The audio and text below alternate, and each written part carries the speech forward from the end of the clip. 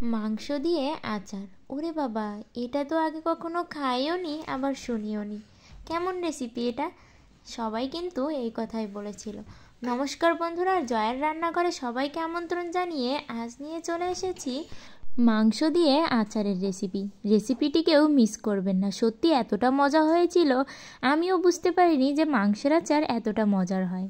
আমি এখানে অল্প পরিমাণে দেশি মুরগির মাংস নিয়েছি।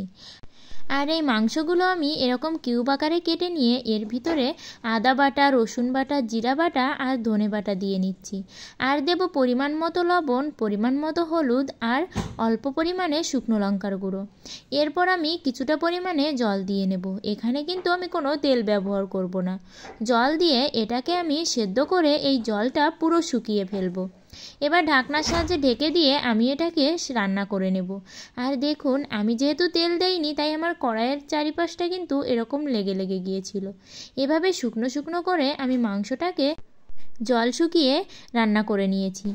এবার এই আচারের জন্য আমি একটা গুঁড়ো মশলা তৈরি করব। আর এই গুঁড়ো মশলার জন্য আমি 2টো শুকনো লঙ্কা, গোটা পাঁচফোড়ন আর গোটা ময়ূরি দিয়ে ভেজে নিয়ে এটাকে আধো ভাঙা করে নেব। এবার কড়াইয়ে আমি পরিমাণ মতো সরিষার তেলটা দিয়ে নিলাম। তেলটাকে আমি ভালো করে গরম করে নেব।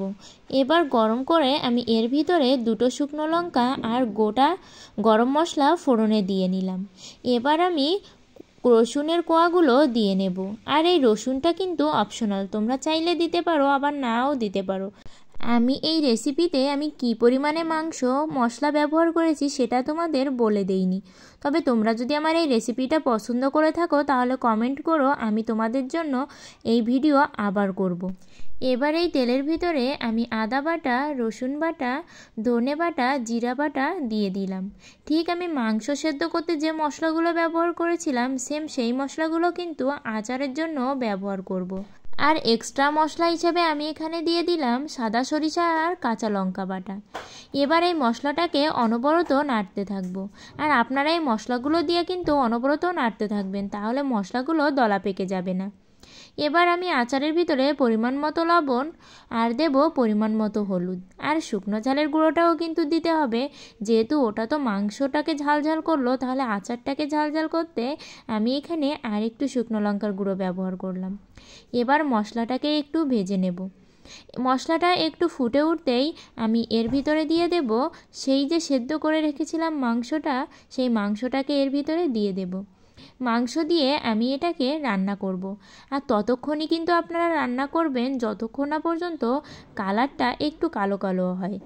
সত্যি কথা বলতে কি, আমি এই আচারটা ফার্স্ট টাইম বানাচ্ছি, তবে এত যে মজার হবে সত্যিই কিন্তু বুঝতে পারিনি। আর এই আচারটা বানানোর আগে যাকে যাকেই বলেছিলাম আমি মাংসের আচার বানাবো, সবাই বলেছিল যে কেমন হয় একটু দিও তো, আমি একটু টেস্ট করে দেখব।